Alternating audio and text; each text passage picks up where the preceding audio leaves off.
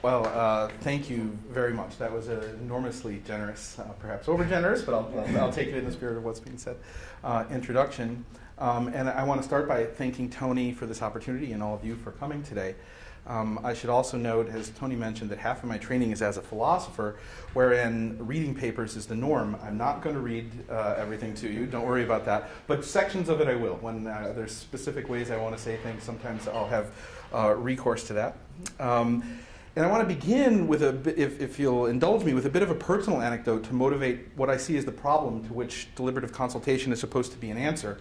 Since many people find it, meaning deliberative consultation with deliberative democracy, either obviously desirable or obviously preposterous. Academic fashion made recklessly real. And people think it's preposterous from two different ends. So participatory Democrats oftentimes think that deliberative democracy is an attempt just to get elite ratification, to bully less informed, less sophisticated, but just as intelligent and just as dignified citizens into going along with what elites already wanted from the get-go. Or from the other end, people who are less sanguine about the capacities of most of our fellow citizens think that it's preposterous to think that what in an admittedly nice turn of phrase from Larry Bartels, a few days of democracy camp can overcome the sort of fundamental structural impediments to mass participation in large, complex liberal democracies. So here's the anecdote. So my grandfathers had 6 years of schooling between them, and that includes one of them going through the 6th grade. Despite never learning to read or write, neither his native Italian or his adopted English, however, my father's father from Italy voted dutifully and discussed political issues with relatives, friends, neighbors, and co-workers. Even without any formal schooling, he thought that he had things to say about politics that others should hear, and in turn, that he needed to hear what they had to say. Now, my first memory of being included, such as it was in an adult conversation about politics, took place at the tavern my father frequented with his fellow Teamsters. He was a truck driver for 35 years. He finished high school but didn't have any college education. If my discussion here seems notably gendered, it's because my family's political discussions were notably gendered. Not that I am uncritical and valorizing everyday political talk. Both of my grandmothers were more educated than their husbands, yet the norms of the time were such that they were very, very deferent to their husbands on political matters. And so I just want to be clear. The only reason I have, that these are the anecdotes that I have to talk about is that my mother and grandmothers didn't talk about politics, not that they didn't have anything to say should the norms have been different at the time. What's that? You're wonderful. Oh, well, thank you. So my father and his friends were debating the merits of President Carter's deregulation of the trucking industry, whether it constituted a betrayal and warranted the Union endorsing then-Governor Reagan for president. I knew that important things were at stake in their deliberations, and the experience sparked a lifelong engagement with such conversations, first as a participant, and eventually as a student of them. This is more or less what I've devoted the early part of my career to. The transition from the citizen's perspective to the scholar's, however, proved to be jarring for my childhood vision of citizen deliberation. I soon learned that the prevailing opinion among social scientists was that most citizens did not, and did not really want, to deliberate much about politics, that modern democracies had grown too large for what little deliberation there was among the masses to be effectual, and moreover, that was probably a good thing, since such deliberations proceeded on the basis of appalling ignorance and a questionable commitment to constitutional principles.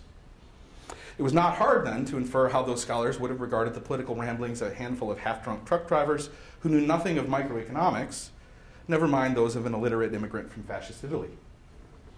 From this scientific perspective, social scientific perspective, what had seemed like ordinary, sensible, even essential activities appeared strangely unintelligible, epiphenomenal and self-deluding at least, and perhaps dangerous if they could be harnessed by a populist demagogue.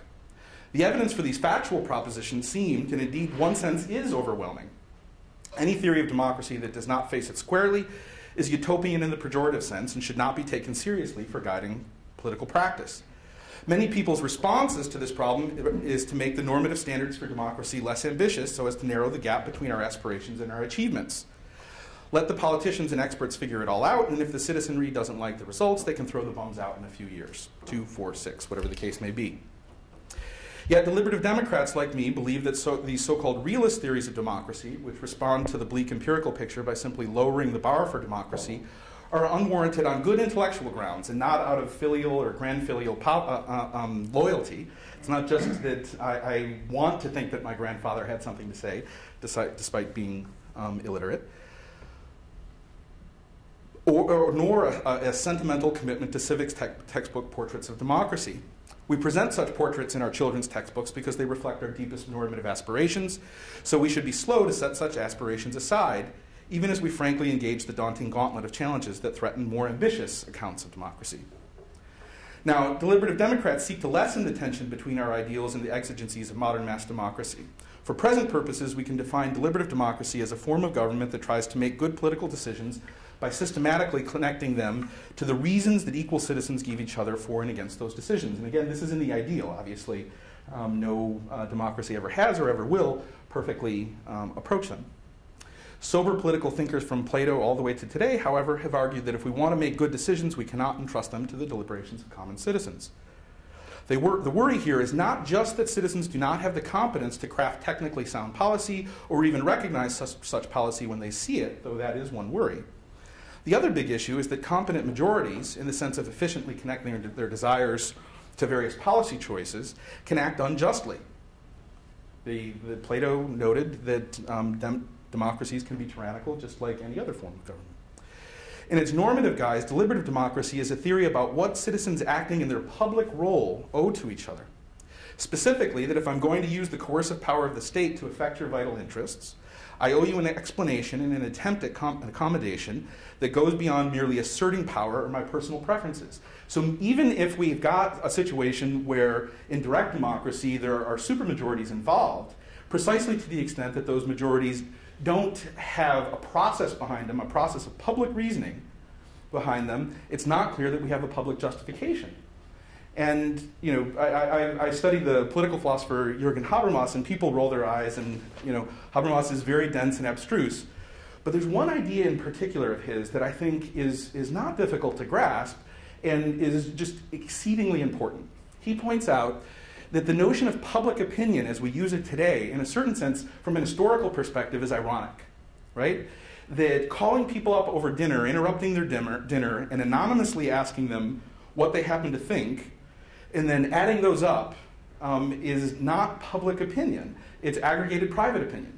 And we're not accountable to each other in any way, nor are we even prompted by the circumstances to think in public terms. The kinds of justifications that I could offer you if I'm going to vote or contribute my little corner of democratic participation to laws that are going to be backed up by people with guns who are going to tell you what to do. If I'm going to do that, I owe you an explanation that goes beyond, well, that's what I want. Right? Okay. So in this crucial sense, deliberative political choices should be different from, say, choices about what toothpaste to buy, where I'm really not accountable to you. If you say, well, why do you like Crest? I'll say, it's none of your damn business. I like Crest. Let's get on with it, right? But that's because nobody's forcing you at gunpoint or under threat of property, seizure of your property, or jail time to use Crest or any other brand. Thus, the initiatives and delegate models of representation address the democracy part of deliberative democracy, but not the deliberation part. So there is a tension here between sort of the expert side of things, but also the initiative and participatory side of things. And it's that tension that I'll be talking about with the remainder of my time. I think that's the end of the reading part of it. So, hi, how are you? Okay. As I was just talking about, from a deliberative point of view, we want to cut across the old traditional distinction between a delegate model of representation and a trustee model. It's neither really delegates, we're going to tell our representatives exactly what to do, and in the limiting case of initiatives, cut out the middleman and just do it ourselves, nor trustees, where we simply say, you know what, Tony's really an expert, and on top of that, he's a virtuous fellow, more intelligent and morally competent than me, so I'm just going to cede my authority, my political authority, to him, and have him go off out to Washington or Sacramento with other similarly well-informed, intelligent, and morally virtuous people, and they're going to hash it out and figure out what the common good is. And if I really strongly disagree with that, I'll have a chance to say, well, I thought that Tony was a good guy, but he either isn't so smart or isn't so morally virtuous, or whatever the case may be. But in general, I have no, other than, in a sense, just making my unreflective, desires known, I have no direct role, right? what I want to call Republican consultation, in one sense, is really just an old Madisonian idea, right, of Republican government, which is mediated government, it's representative government, but it's representative government where it is neither delegate nor trustee, nor even really just locating somewhere in between. Its most direct legislation is actually being crafted by elected representatives, but elected representatives who have certain substantive obligations about the process of creating law, such that if they're not met, there is not a presumption of the legitimacy of that law, and thus we would hope and expect a withdrawal of legitimation. So legitimacy, as I'm using it, is actually having legitimate laws. Legitimation is the citizens granting legitimacy to those laws or to the regime. And those can be empirically distinct, though in the limits, I suppose, it's difficult to see how we know one without the other, except in the end state, right? So the Egyptian case, we thought that there was legitimation, there was buy-in. We can only tell retrospectively that that looks to be a bit more fragile than we thought. So under this notion of Republican consultation, representatives have not just an interest, but have a strong obligation to really understand and get close to and learn and consult with their constituents in the agenda setting sort of phase. And then on the back end, have an obligation to come back and explain how what they've gone off and done is satisfying the authentic needs, wants, and interests of their constituents, and that there's a give and take between this that doesn't reduce to advertising psychology or manipulation, advertising psychology on the back end or manipulation on the front end, right? So in this sense, it's not directness as somewhere between delegate and trustee, but as the New York governor and presidential candidate Samuel Tilden said, the process by which the majority becomes the majority is the important thing, right? So we need majority, that's a necessary condition, but it's not a sufficient condition. It's the process by which majorities become the majority that is the essential thing or the sufficient condition for legitimacy. Okay. Oh, that didn't come out well at all. I'm sorry. So today I'm going to talk about a specific sort of moment of deliberative consultations in many publics, getting elected representatives and their constituents together in formal face-to-face settings. There are some deliberative Democrats out there who think that this is the be-all and end-all. This is really where political reform should go. It's the core of governance and legitimation.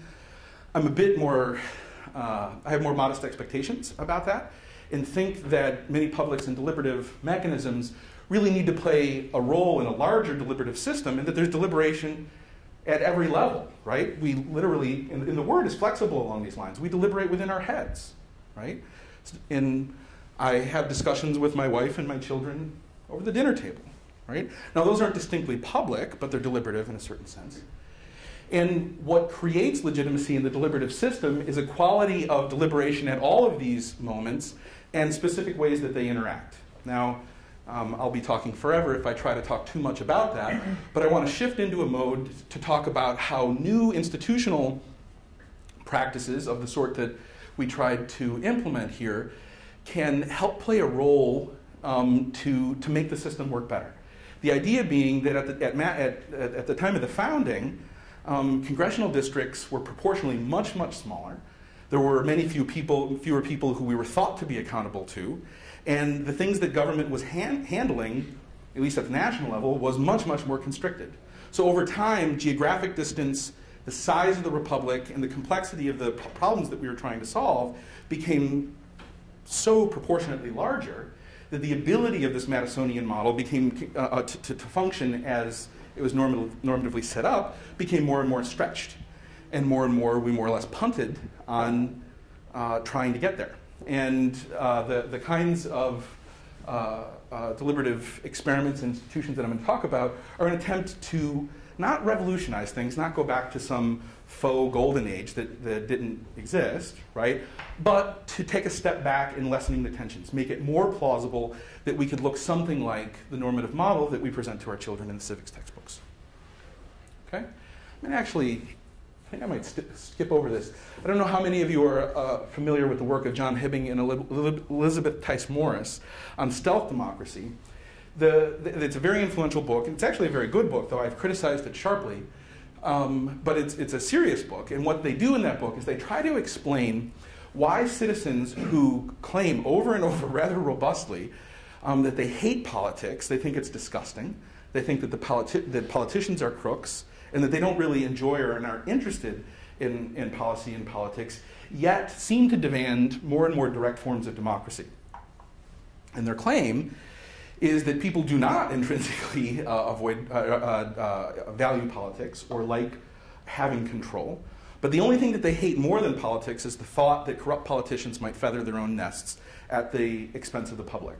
So to prevent their summum malum, their worst thing, they're willing to take the harsh medicine of actually having to get into the trenches and discipline those corrupt politicians, and in some cases withdraw power away from them and directly empower the public. And they claim that if we could get to something called stealth democracy, which is trustworthy, technically competent, empathic, non-self-interested decision makers operating in the background, people would happily cede back the power to elected representatives and withdraw. My view is that they're right about this claim about stealth democracy vis-a-vis what people think is a corrupt status quo, and even to some extent with respect to direct democracy, but that it's not what people most want. What people most want is really very much something like what Madison envisioned, which is, when conditions call for it, consultation between constituents and their elected representatives, informing agendas and the broad outlines and values that are going to undergird various policy solutions, and then a principled attempt to justify that on the back end in terms of accountability. What I'm calling deliberative or Republican consultation or deliberative Republican democracy. Okay? Now, there's been a fair bit of research looking at people talking in what look like putatively deliberative forums, in participation, let's say in town halls. Yes? Do we get to interrupt? Or Absolutely, please feel free. I'm probably better when I get interrupted. Because you're moving into sort of the research part that you're talking about. And I just need you to clarify for me. When we're talking about deliberation here, are you talking about sort of Habermas or Latour? Not Latour. Okay. I'm thinking, well, I mean, I have nothing against Latour. But no, you understand the distinction, though. There's this question about engaging with deliberation over preferences, and then there's the notion of sort of democratizing science and expertise writ large. And I just wondered, what are we talking about? Are we talking about both, or are we talking about? We're primarily talking about the former, meaning Habermas, not Latour. Okay? Here's my personal view. In the talk, I'd hope to sidestep this a little bit. But if you want to know a quick version, no, please don't be sorry at all. My personal view is that at a theoretical level, Latour is right. That the standards of science have the same sort of, in one sense, democratic structure to them, right? But that's pretty purely theoretical. That in practice, we rapidly get into situations where that's not practicable or realistic or functional. Okay. And that we, for most purposes, need to treat scientific practice in various scientific domains as autonomous and more or less subject to internal standards of verification.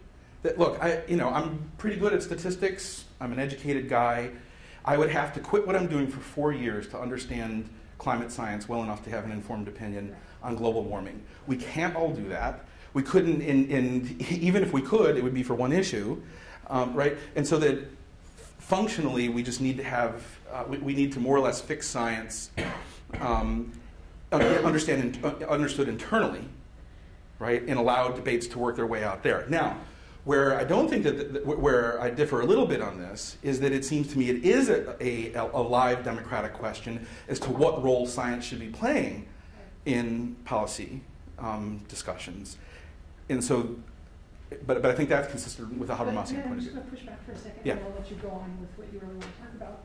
I mean, what about the sort of rejoinder that essentially you have to have essentially that democratic engagement with the science in order for people to be able to understand the role that science plays in forming policy. So one of the arguments that you might make, for example, is that we've had a deeply impoverished popular scientific discourse around climate change. And that, because it hasn't been properly democratized, we've not been able to have and that has had direct consequences for the unleashing of democratic preferences in ways that are really seriously not functional. Yeah. Anyway, I didn't mean to sidetrack. No, that's okay, and I want to see if I can respond to that quickly. My own view is that there's a different version of what's going on in the climate science situation.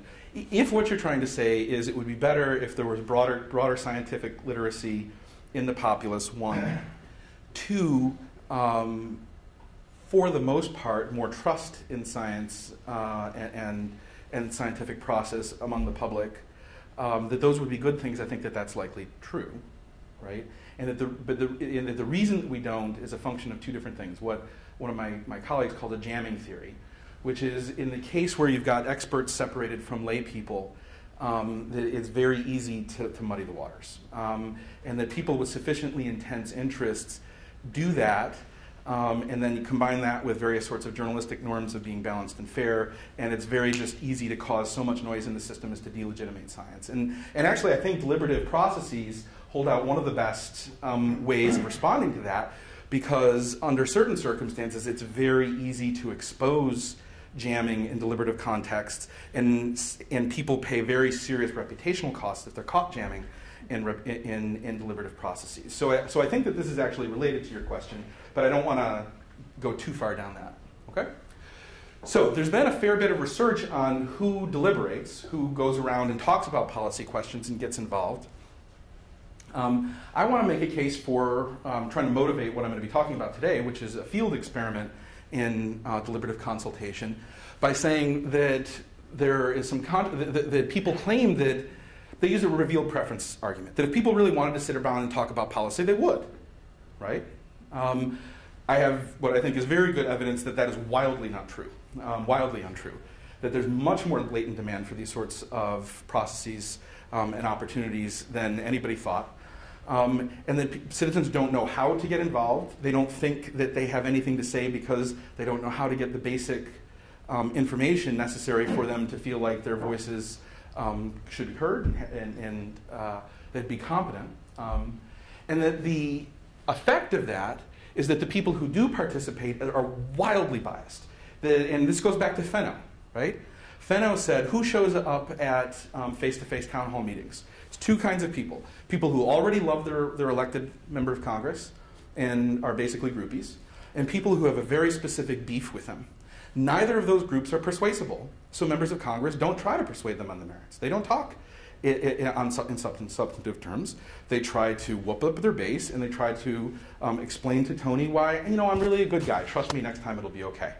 Right? But I don't try to persuade him on the merits because I know he's angry at me, and he's not movable on this. Right? And so the town hall meetings that we had summer before last were just horrible shouting matches. And I had colleagues who said, seriously, you want to continue trying to defend deliberative democracy in the face of this? And I said, yes. And I actually published a piece in the Boston Sunday Globe explaining why I said yes, which is in our experiments, we had nearly inverted behaviors. We had a fail-safe to screen out negative or aggressive questions. With 600 and some constituents, we didn't have to invoke it once, not once. 22 sessions, 12 members of Congress, 600 and some constituents, not once, right? On top of that, the members of Congress, it was all substantive discussion because they had a random sample of their constituents who were more or less persuasible on the issue and who were basically informed on them, on the issue, and could have called them if they tried to manipulate them, right? Okay, so that's why sticking with the revealed preferences about demand for deliberation isn't satisfactory. What people do right now isn't equivalent to what they might be willing to do. On the flip side, I think there are limits to lab experiments on deliberation. There's been a whole proliferation of experiments and lab work, and I've done some of it myself. I think much of it is very, very good. But this is a common mistake, I think, and I'm prepared to defend that it's a mistake. Deliberation, at least in its Habermasian form, is not a general theory about group persuasion. It is a theory about what we owe each other when we're acting in our public role as citizens. And it's difficult to emulate in a laboratory when people are being paid off in terms of money. And telling them to imagine that they're actually acting in their public role as citizens doesn't seem to me to be adequate for many purposes. So research that doesn't powerfully and plausibly activate that role in the norm associated with it. So in its normative guise, it's a theory about what we owe to each other. In its empirical guise, it's an hypothesis that most citizens in safe, happy, consolidated liberal democracies, at some folk level, understand this demand and have taken in a norm about how to act in these sorts of situations. That you can't just pound the table and say, because that's what I want. That you owe people an explanation, right? And that if you can activate that norm, you're going to get behavior that looks different from raw sort of market power behavior. I won't talk about this, who is listening. Some people object that what we're doing is not externally valid and that we're getting a Hawthorne effect because people are being observed, they change their behavior, and the response from the deliberativist is right. That's called the civilizing force of hypocrisy. This is a good thing. The point is that people behave differently when they're accountable to each other in a public space. And that's not a bad thing. So that this isn't a threat to validity. And this notion of external validity, people have criticized our project saying, oh, but this doesn't really happen naturally. And to some extent, that's not true. I'll be talking about this. Some of the members of Congress that we work with have taken our platform and now are running some of these on their own. And I think it is an expanding sort of form of interaction.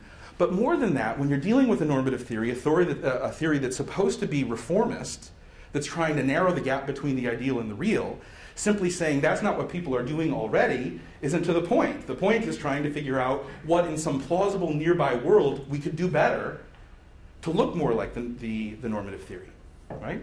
And our claim is that indeed people are doing that. They're not playing at politics, they're doing politics. What about 12 members, sitting members of Congress, having discussions about a live policy question before them with random samples of their constituents and good quality information is not politics, right? It's not a common form of politics, but that doesn't mean it's not politics. Sorry, can I ask a quick question? In your theoretical construct, did you consider the scale of the problem they're deliberating? Since I can imagine if you're talking about someone showing up in the city council deliberating about how to fill potholes, will be very different than if you were talking about healthcare reform, which is about practically the entire nation. So in your theoretical construct or the actual experiment, do you take into account that issue about scaling? Not in what I'll be reporting on today.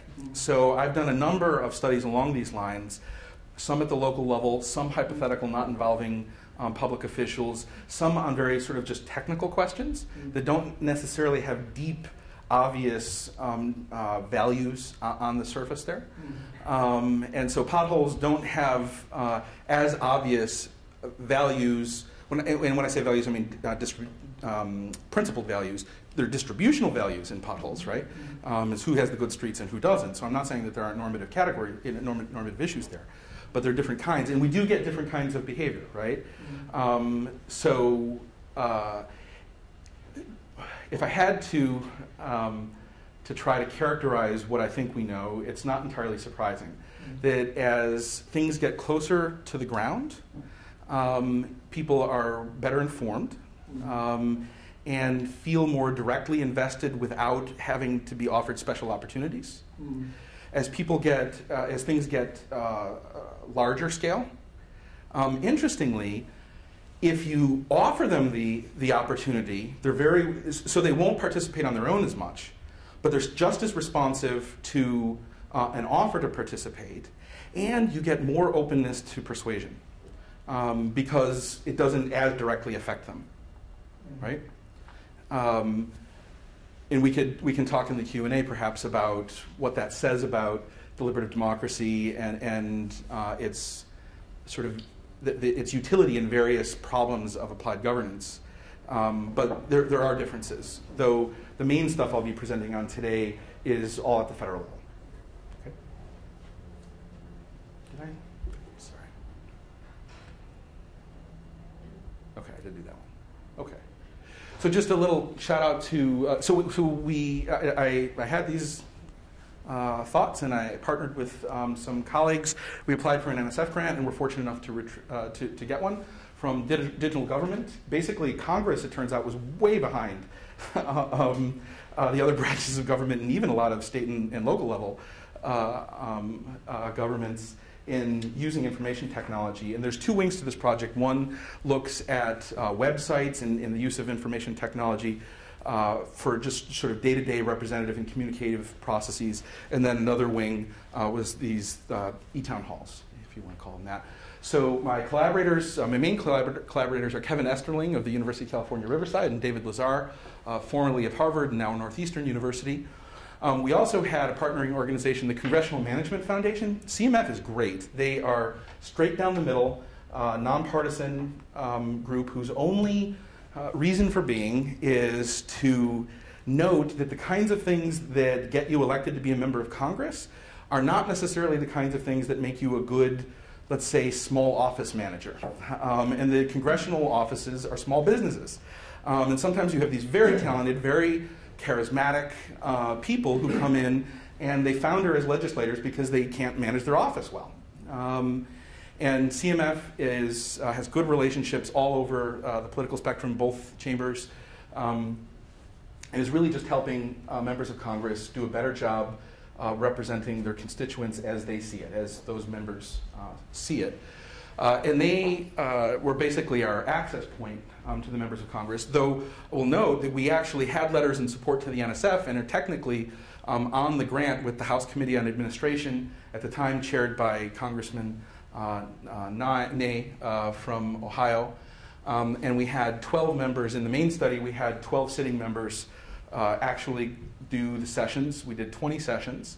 Then later we had a separate knock-on grant, small addendum grant, and we got Senator Levin from Michigan, and we tried to scale up there. We had many, many more people in that session. It was a one-off.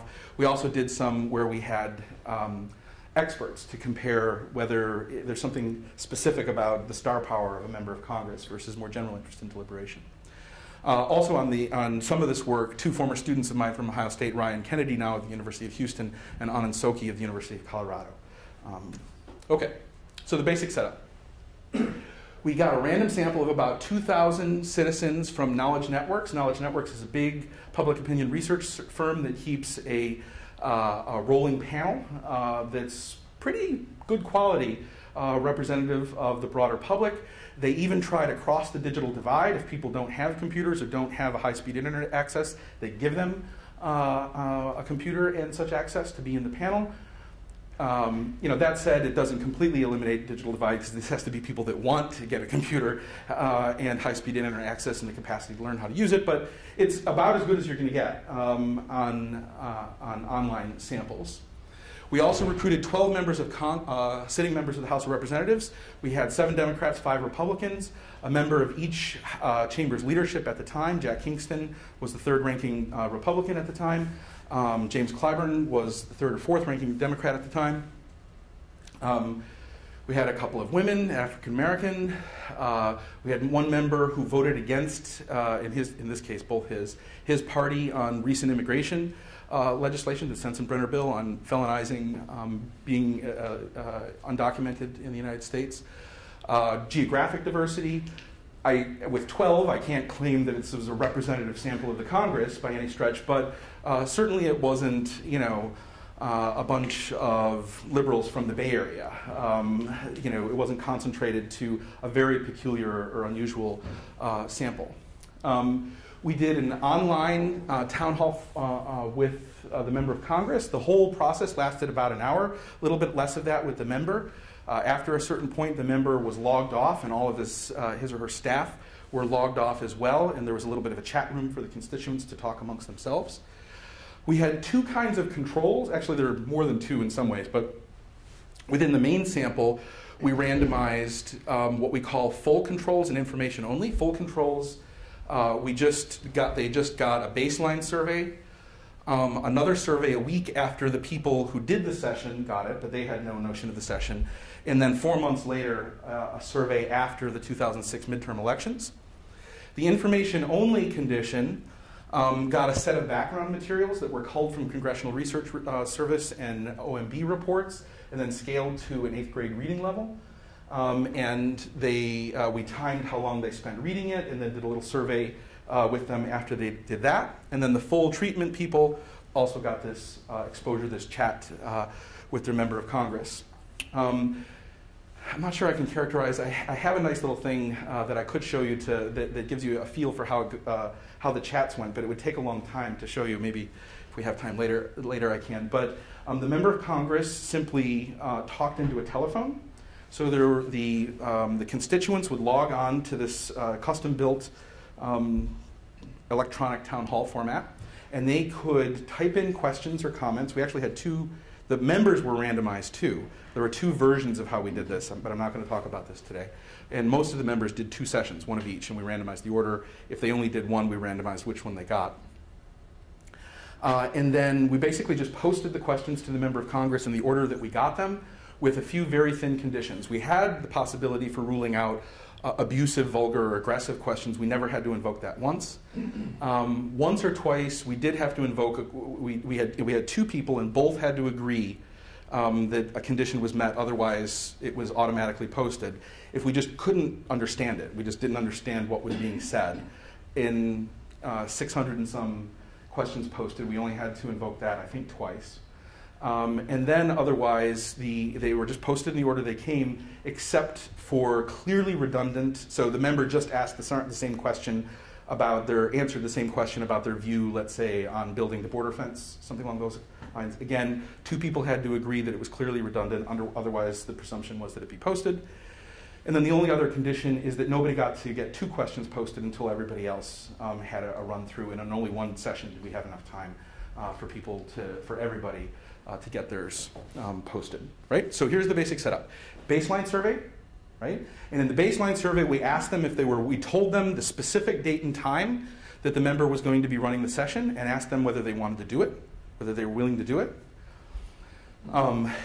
Then we randomized them, and I'll have a diagram, but the diagram came out terribly. I apologize, which is why I'm going to try to explain it from here a little better.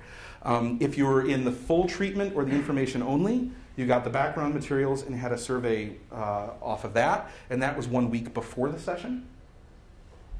No, I'm sorry, that was 1 week after the baseline. Then the sessions themselves, 1 week after the session, we had a follow-up survey, and then the average was a 4-month lag to the 2006 midterm elections. Could I ask you that's terrible. Quick sample bias question? Yes, in addition? Yeah. I understand that the 12 members of Congress were not representative, but at least weren't all from one area. But what about selection bias? I mean, these people had to decide to want to participate in that, and just maybe the inclination to want to be in a scientific study of deliberation. How much do you think that selects out from people who wouldn't want to participate? So that's going to actually be a good chunk of the remaining talk. So what we did is, in the past, in deliberation studies, of course, people have characterized the participants versus non-participants. But save James Fishkin, who I don't have a beef with, I think he had a great idea, and if all of us could say that I'm not a Fishkin basher, though I do have criticisms of his work. And one of them is that he treats the selection processes as nuisance variables, right? So he does 114 difference of means and variances tests on the participants and the non-participants, but the purpose of this is to warrant the inference that the participants in the National Issues Forum are a decent enough approximation of the American public, right? Our approach is to say, look, there's something substantively and theoretically interesting about the processes of people who want to deliberate or don't want to deliberate, who take up this opportunity or don't take up this opportunity, right? So I'll have quite a bit to say about that. If I could ask you to just hold off on it a little bit, I'll tell you a lot about these sorts of people. Now, what we can't speak to is who's in the knowledge network sample, to begin with. Well, I'm less worried about the knowledge network sample than I am about the congressional participants. Okay, well then I'll have quite a bit to. The knowledge network sample is at least randomized to some degree, right? And it's pretty good. Whereas the congressional sample isn't. It's obviously. You mean the constituents? Yeah. Right. Okay. So you mean the ones who agreed to be in the session? Right. Okay. I will speak to that a lot. This is just horrible. I'm sorry. It's almost useless. What happened? Yes. Basically, you had member of Congress on analog so that people could hear their voice. Mm-hmm. Okay. And everybody heard this. All the So they had voice over IP, plus we had a court transcriptionist who was doing real-time transcription of what the member said. So even if they had a poor connection, there were multiple modes people could process that. Okay. The constituents' voices couldn't be heard. So they were typing? Yes, they were typing. And then everybody saw everybody else's questions, or they went through you? They went through us. Everybody saw the questions that were posted. Okay. Right, and those were visibly posted, and typically the member read them. In some cases, they had the moderator, i.e. me, read them out loud, and I had a voice over IP channel too. So are you going to tell us about the people who sort of got their question answers and then left? Did you? Shockingly few people did this. Shockingly few people? This was amazing, and honest to goodness, I was surprised too. Out of a sample of 600 and some, I think we had 12 that logged out early. It was like nobody. Once people were late, and as we'll see, a lot of people that said they were going to show didn't show. So there's actually 2 moments of selection bias along those. And did everybody who agreed to participate post questions? No. Okay. And we haven't analyzed those data yet, but the vast majority of people did. So it was about 82, 83%, I think, posted some question. But that's enough of a residual group who didn't, that at some point we're going to want to analyze them too. And they didn't ask and they didn't drop off. What's that? They didn't ask and they didn't drop off. No, they were lurkers. They were basically lurkers, but they were very interested lurkers. Was there sanctioning from knowledge networks? Like if someone dropped, do they have to complete, if they say they're going to participate and they dropped off the call, would they, because there is some compensation involved. There was $20 if you did the whole thing. The whole thing is basically 3 hours. So this is not extensive compensation, right? When I say the whole thing, I mean if you were in the full treatment condition, you had the baseline survey, you have to read the background materials and do a survey on that. You have to do the session itself, then you have to do a follow-up survey, and they have to get you 4 months later after the election to do. All of that together is about 3 hours. One of those hours is at a specific date and time. 1 hour window. If you miss it, you miss it, right? So just to put this in perspective, we've been criticized with some justice, I realize, that we're touting this, and only a quarter of the original sample actually followed through among the ones who were given the opportunity to, right? So we expect if we had offered it to everybody, a quarter of the people would have actually done it the whole way through, right? Now, in one sense that looks small. The thing that I would reply is that that's roughly the turnout in a midterm election. And we're talking 3 hours, including one of those hours. It would be like saying you can vote, but if you're going to vote, you have to vote between 1 and 2 p.m. on Wednesday the 23rd, right? And then you have to fill out 2 surveys and read some background materials before that, and 2 more surveys after that. And if you don't, none of it counts, right? Under those circumstances, I guess I would make the argument, this isn't so bad in terms of the raw rates. And then I'll speak to the question of who participates and who doesn't. And I think that actually turns out to be fairly interesting. This is virtually useless. It's just a flow chart of what happened. So up at the top it says initial survey. We asked you, do you want to do it? If you say yes, you're assigned to the deliberative condition with 50% probability and to the partial control and full control with 25% probability. If you say no, we split you 50-50 between the full controls and the information only. Right? So that's actually a third, I'm sorry, that's the first moment of selection. Yes, sir? Well, that was my question. What was the content of the pre-survey? Mm-hmm. Was it a litmus test of some kind? And if it was... Litmus test? What do you mean litmus test? There's not like a you're not trying to come up with some kind of a pre-nominate score for each participant or something of that sort, right? Well, we did ask them about their political views, their approval of their member, factual knowledge questions, things about the immigration issue, but not before we asked the screening question. Okay, so that's my question. Did the content of those questions have any kind of priming effect on the content? It couldn't. We asked them, well, it could have on the second stage compliance, but we asked them whether, so there's an opening screen saying, hey, your member of Congress wants to talk to you. We're going to facilitate this if you want to do it. Here's the date and time. Do you want to do it? And here's what's involved. You got to do all these surveys. They knew everything right up front, right? Do you want to do it? Yes or no? Okay? If no, then you're randomized into either the full control or the information only condition, right? They'll still do surveys. Sure. And we had 2 or 3% drop off on that. So I think you can meaning some people could say I don't want to be part of this project at all, but that was less than 3%. It was really very small. Okay. So if you said no, you go into one of the 2 control conditions, right?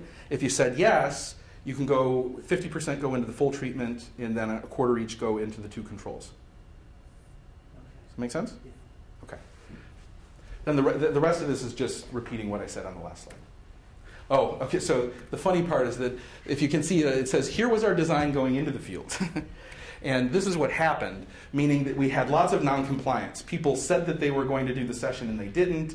Some people did the session but then didn't do their surveys at the end, and so we can't compare them. It turns out to be extremely complicated. Field experiments are a very difficult business, right? Now, because of that, we had to basically build, so this is a partly broken experiment. I say partly because we had compliance from the large majority of subjects, but enough non-compliance and non-response to seriously cause problems with any sort of claim that we want to make about causal influence associated with the treatment, right? Now, there are, but there's an upside to this, right? The upside is being able to address the very sorts of questions that you're talking about. This is basically a test of who says that they want to do this, is motivated to do it, right? And then who actually complies behaviorally.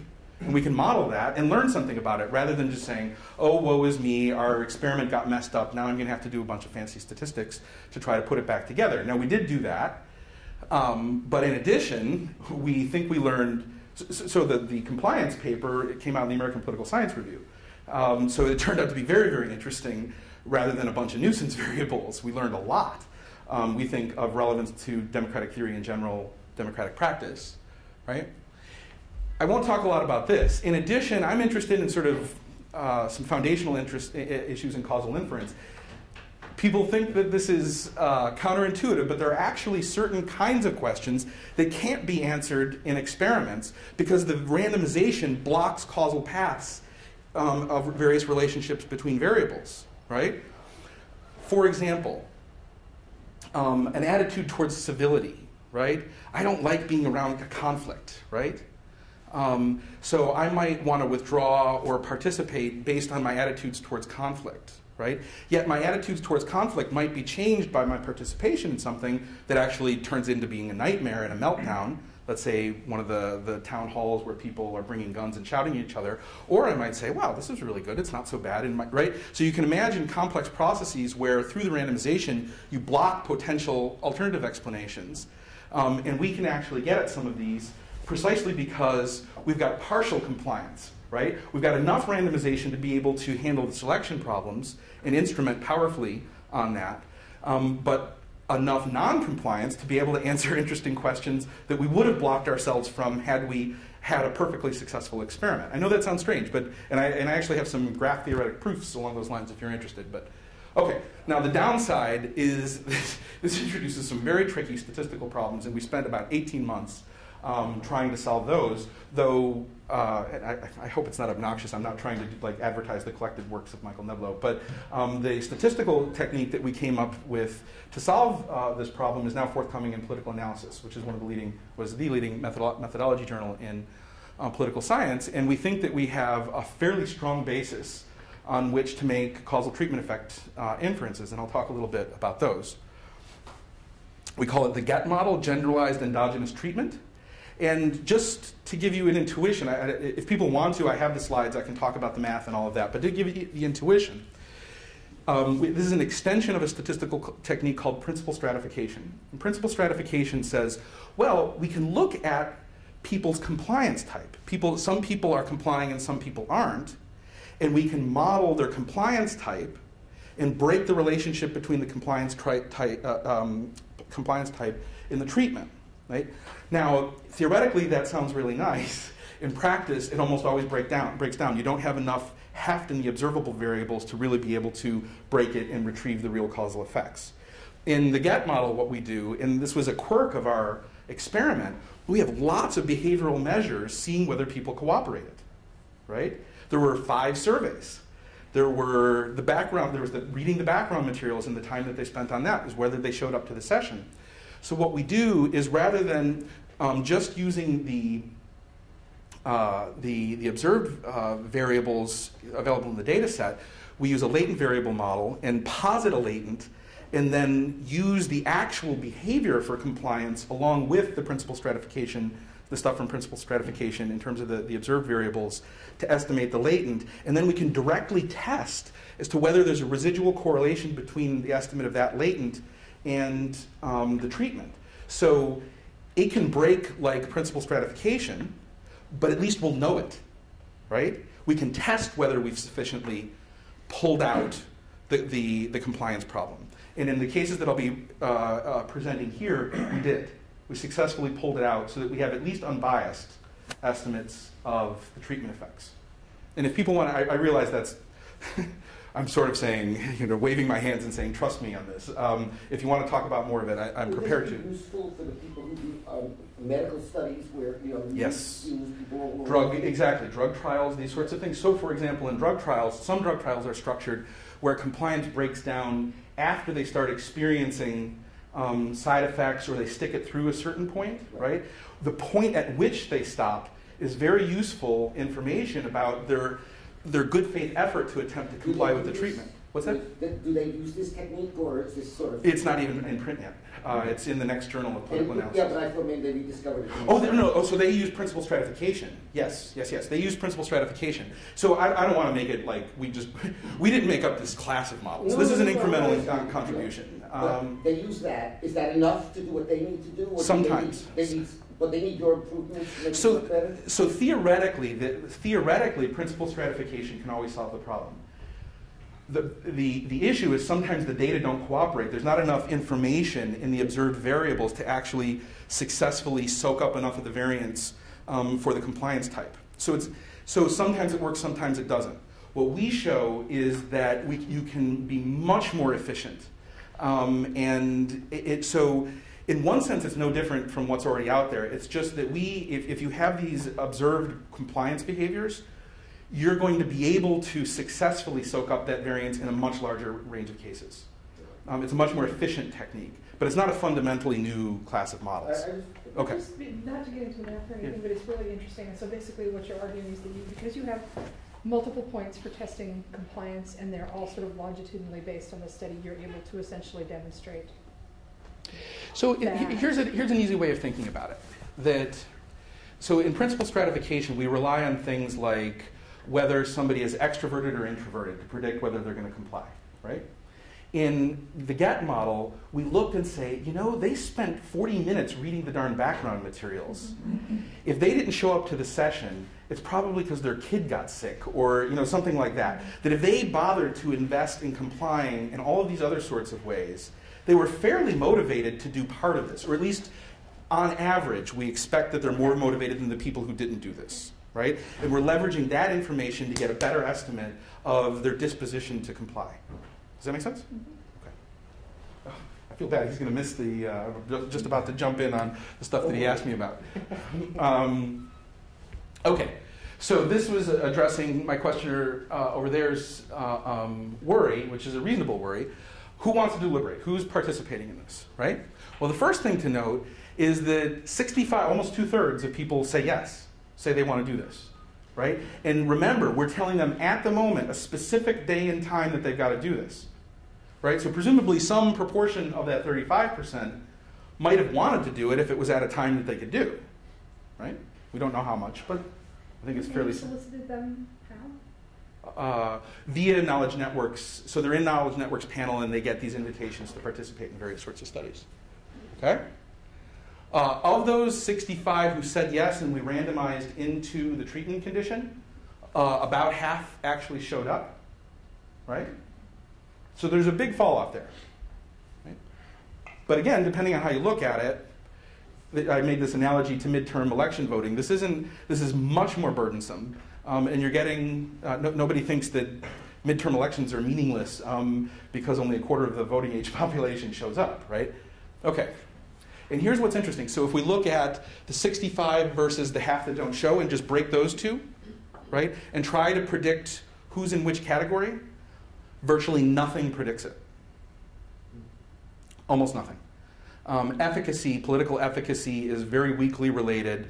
No demographics, education, ideology, folded ideology, you name it. We threw 28 or so variables at this. Virtually nothing pops.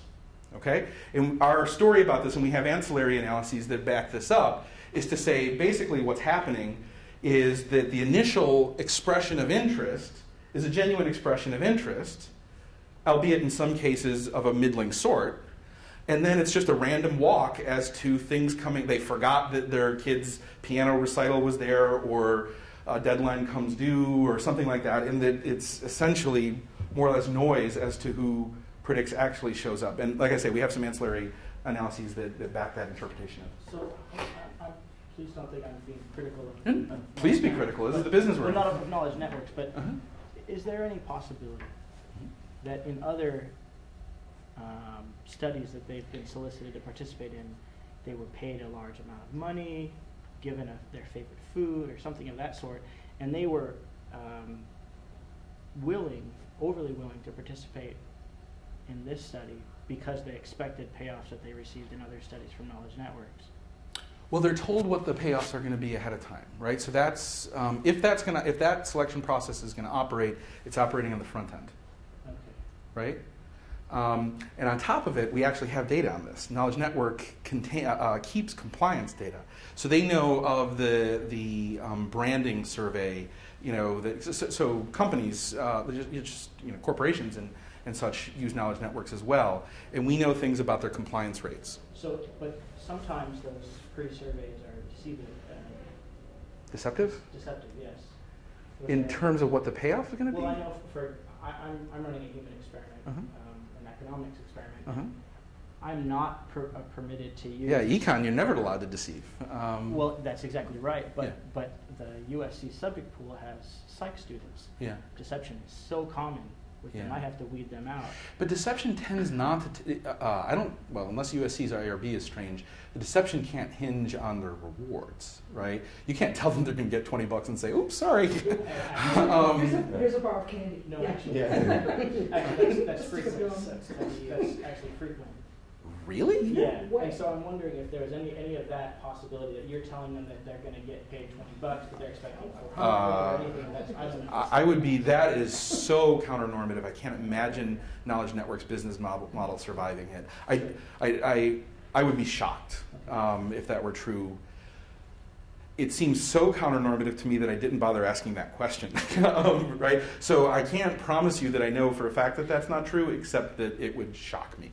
I can't imagine it could possibly be true. I can't imagine how the psych lab continues if they pull this off. Randomization would pull that out, but not initially. Post-test that with randomization. I'm not sure I'm following you there. No, I'm saying that if there was any of that deception bias, your randomization midstream would pull that out from the yeses.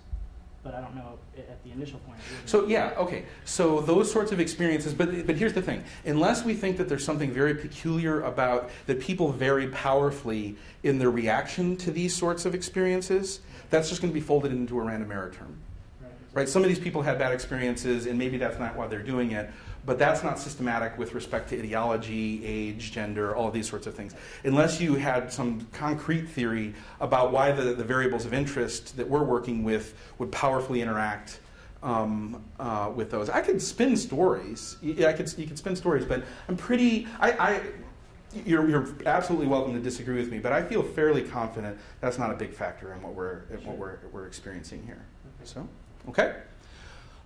So here are a few what I think are some of the really exciting findings. So the old classic studies of what makes you want to vote, work for a campaign, donate, go to a rally, all of these other sorts of things, right? So men vote more than women, although that appears to be changing, but wealthy people, more educated people, older people, et cetera, et cetera. Of those 7 classic variables, 6 of them reverse sign in the model for our participation, right? So it is selectively younger people, women, less affluent people, less ideological, so less partisan. Folded partisan scale has the opposite effect. On everything but education, sign flips, right? On education, it's statistically insignificant, and if you do a wall test, so we have the same people, we know they're voting in their donation, all of their other sorts of things. even though it's not significant in our model, if you compare across it, it's significantly different in its effect, right? So for all 7 of these classic predictors, it's the opposite effect, which is consistent with something the deliberative Democrats hypothesized but weren't able to show, which is deliberation is seen as an alternative to what people perceive as a corrupt status quo of interest group liberalism and partisan bickering. It is precisely the people who are turned off by that who want to do this, right? And this is crucial because one of the huge criticisms of deliberative democracy is that it's a foofy frill on top of real politics, right? Akin to donating large amounts of money or getting to do meet and greets with candidates, something for junkies, right? We're showing precisely the opposite. It's virtually the opposite people who want to do this, and they want to do this precisely because they don't like what they see as the corruption associated with the status quo. Holding in abeyance whether you think, in fact, that's a fair assessment, right? You might say, look, get over it, they're not all corrupt, and there's no real alternative, we got to work through the system. That may be true or not true. People's perception is that this is an ugly, loaded game. It's not about really doing good governance. It's not about finding the right decision. It's not about trying to help people in public service. Whether they're right or not, the people who feel that way want to do ours, selectively. Okay? I'm not sure if I can get into this, but some of these questions, for example, so Hibbing and Thies-Morris use these questions that they call stealth indicators. One of them might be interesting here, and it's the idea behind stealth is that we just want to get objective people to take care of it, not the corrupt politicians. So one of them is we need to just let experts run the show, right? And there's a few other, one about successful business people, there's one criticizing compromise as selling out your values, all these sorts of things. In hypothetical, so we did a parallel survey where we didn't actually invite people to deliberate. We got a large national random sample and used very, very similar question wording, except we didn't intimate that you really could do this. It's just like some members are interested in doing this. Would you be interested? Right? In the hypothetical condition, a stealth index, an index adding these, estimating latent from them and using the latent continuous index, negatively predicts wanting to deliberate. Powerfully. It's large, negative, and significant. Okay? In ours, it's large, positive, and significant. It's statistically significant in the opposite direction. Substantively so too. Okay? Here's our interpretation of this. That if you're talking in the abstract, I don't want to meet with my member of Congress. My member of Congress is one of those corrupt, no-good SOBs who is part of the problem. Right? And on top of it, they don't really want to hear what I have to say anyway. Right? So this frustration is not the same thing as apathy. Frustration is positive energy, well, negative energy. It's energy, but it's not I don't care. If you didn't care, you wouldn't be so angry about it, right? Now, what's changed in the real condition?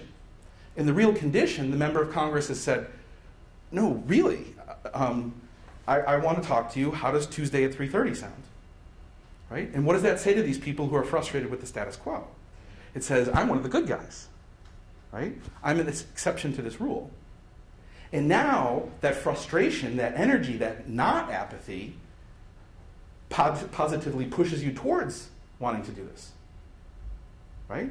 And I did that status quo, direct democracy, stealth democracy, and Republican governance, deliberative consultation. Right? This is the key finding. We have ancillary findings, but this is the key finding saying that that's not what people most prefer. People will settle for stealth democracy, but what they most prefer is quality deliberative Republican consultation. They see it as an alternative to the status quo, the corrupt status quo. Am I running out of time? I feel like I'm... We're on. Yeah, you've got a few more minutes. Okay. Yeah. I might be going preposterously fast, but I'll try to do it. So treatment effects on efficacy. So these are two questions. I have ideas about politics and policy that government officials ought to listen to. This is internal efficacy. I feel like I have something to say that's worth hearing.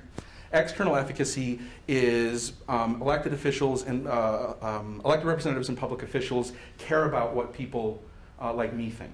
That's external efficacy, meaning that other people will listen to what I have to say. Okay, we had measures of both of these.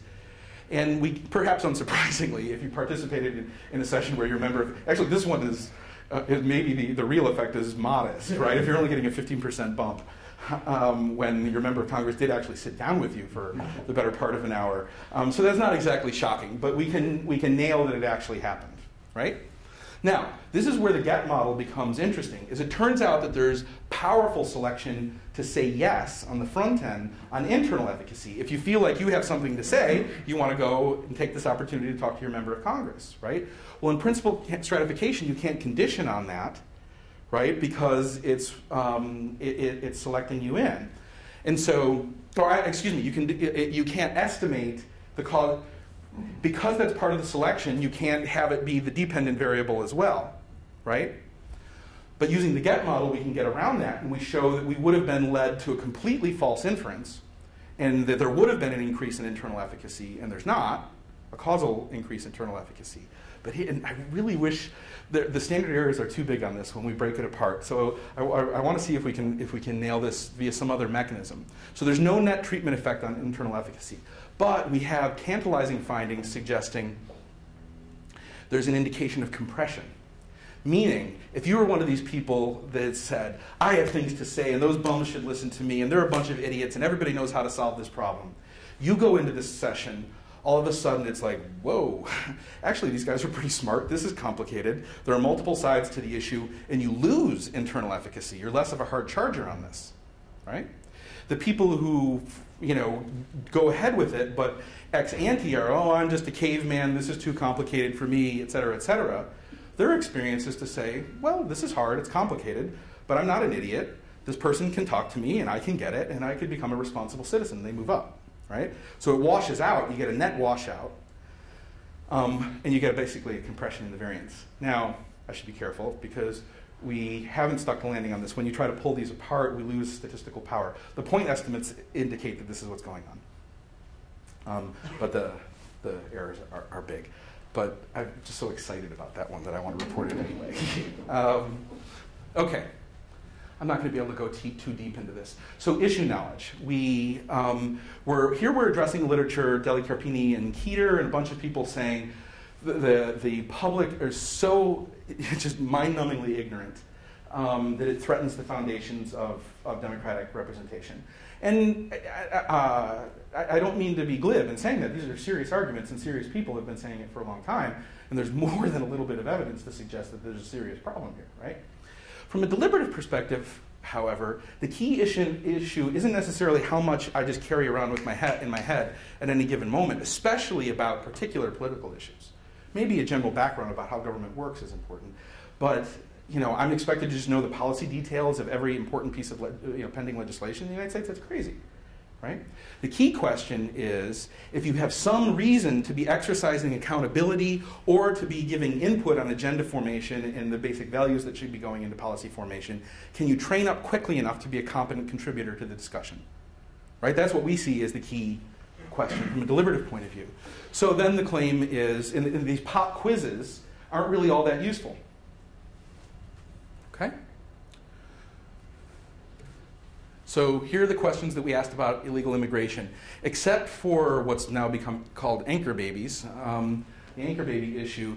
Nearly all of these, the average responses on the pretest, are roughly the reciprocal of the number of choice categories, meaning this is barely above random, right? And there's a don't know in there as well. It's not, the don't know isn't in the denominator here. So people have very, very little information going on, which isn't a big surprise. This is consistent with what we know. Okay.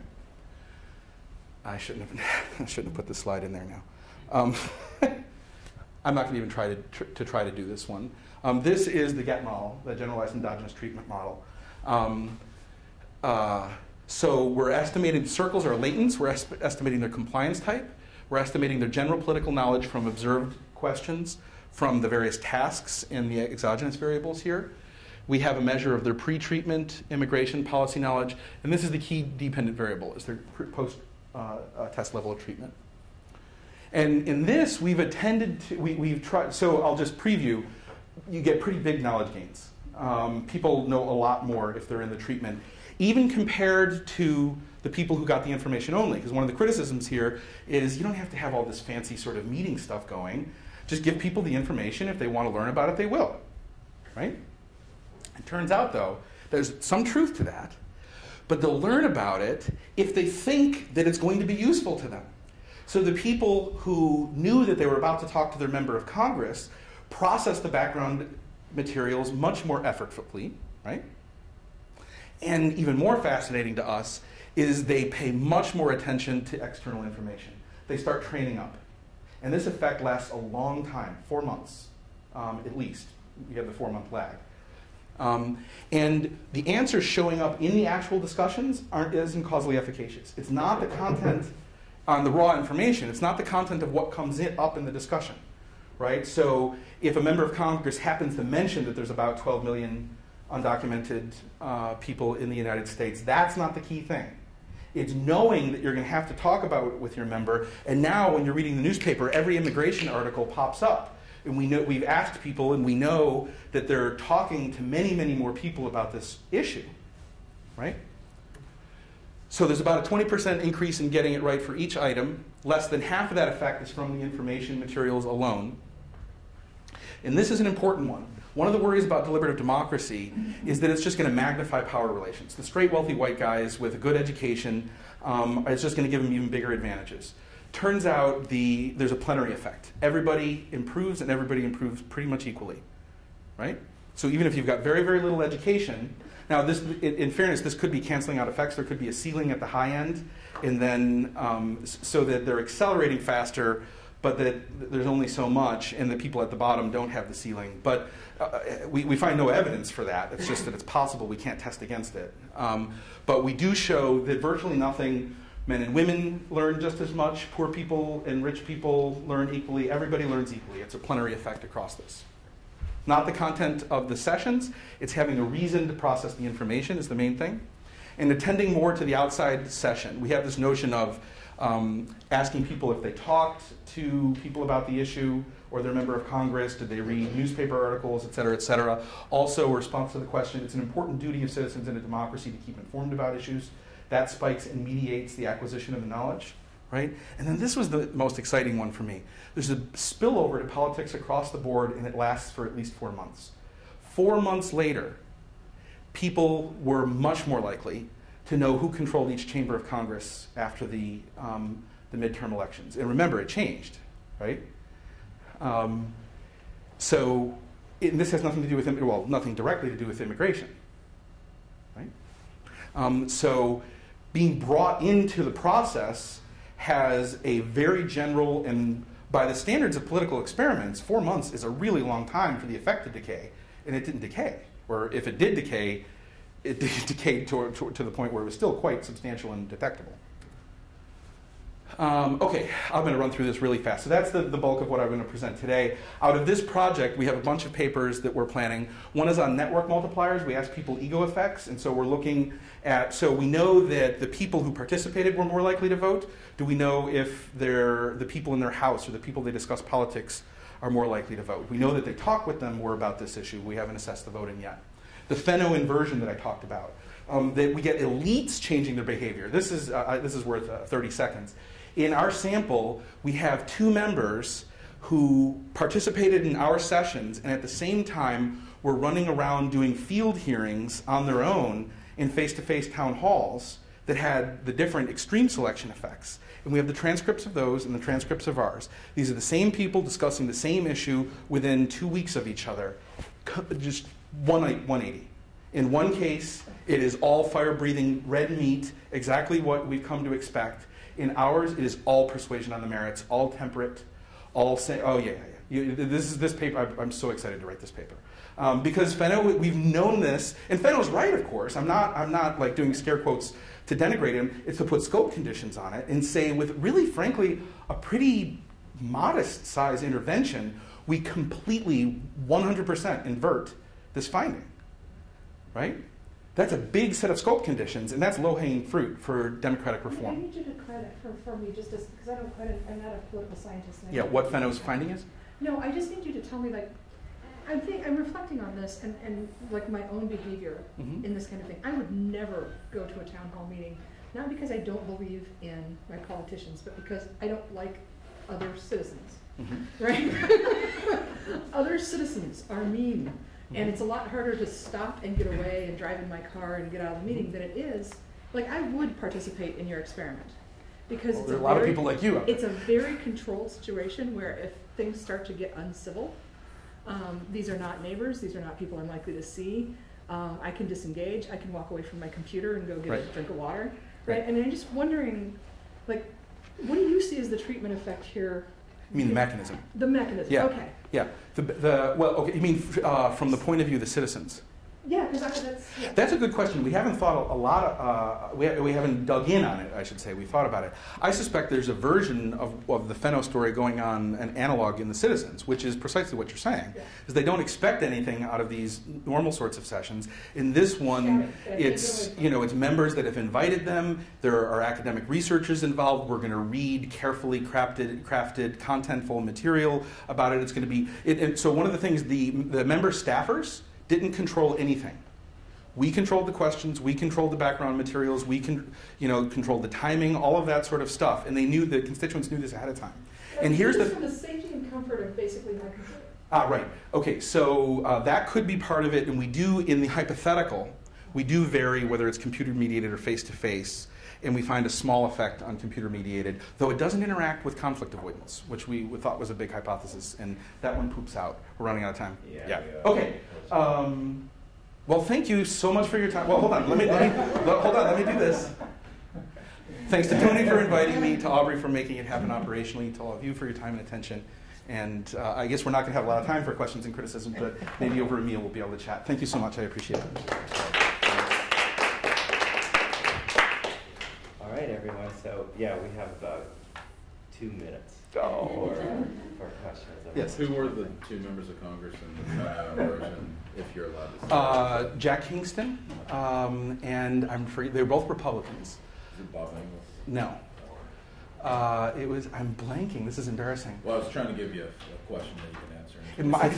I think it was Mike Connolly in Texas. I'm not 100% sure. Yeah. Do you think that repeating this experiment like every 3 months, every 4 months, every once in a while, that keeping the same pool of people, they would get disengaged or they would be engaged?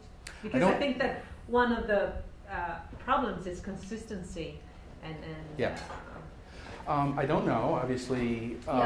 So here's my thought, is that I think there would be declining marginal returns. So I think people would stay engaged, but the gains per unit of exposure would become less and less and eventually become negligibly different from zero. So I think that the people who stuck through it would stay relatively engaged compared to their fellow citizens and where they started, but that there's a ceiling because people have busy lives and they're not going to quit their day jobs to become political junkies. That's just wild speculation. As far as the effect of this self-selection, those who participated must be some people who really very interested in that kind of. No, but this is what's interesting. So political interest in politics generally, not a powerful predictor, right? And on most criteria, race, class, gender, age, income, education, political interest, political intensity of one's political views and ideology and partisanship, all of these sorts of things. Our sample was less biased than the voting sample, than the people who vote. The people who there are weaker selection effects on all of those criteria in ours versus voting. So it's entirely reasonable to point out that our sample, the participants were not a perfect representation of the United States. But if you want to press too hard on that, it takes everything, virtually every form of political participation out with it. Voters? What's that? Are they themselves disproportionately voters? Did you ask them that? Well, I don't have to. We have the data. We have the data. We didn't estimate it. It would be easy enough to put in there. I would be very surprised if it didn't. This is really the time that you get to spend with the congressman, right? It's not the $20 because it's not. It's not a good payoff. It's not a good enough payoff for $20, right? The payoff is the opportunity to be part of the select session. And so you'd think that that would be somewhat differentially valuable. To whom? I don't know. Well, you see, but the point is, we think, and this is something we can test but haven't gotten to yet, there's a lot of data here, and thank you so much for coming. I appreciate. Oh. I hope to see you over at Martin Favorite. Okay. We think this is going to disrupt the normal patterns of who votes. And actually, we have some evidence to that effect, right? So people who normally would be biased against voting in all those coefficients which I showed. One thing I didn't talk about, people loved this. 94% said that they would do it again. Or 96% said they would do again. 94% that said it was very or extremely valuable to our democracy. This is just wildly popular. Every member of Congress, every single one of them saw dramatic gains in approval. To the point where actually we found it slightly unnerving. If it's that simple to get constituents to love you, that it was, and these effects were so large, they were very weakly moderated by whether you were the same party or you agreed with them on the issue. Just paying attention, just listening to what we have to say, consulting with us, and they got enormous amounts of credit for it. All right. Okay.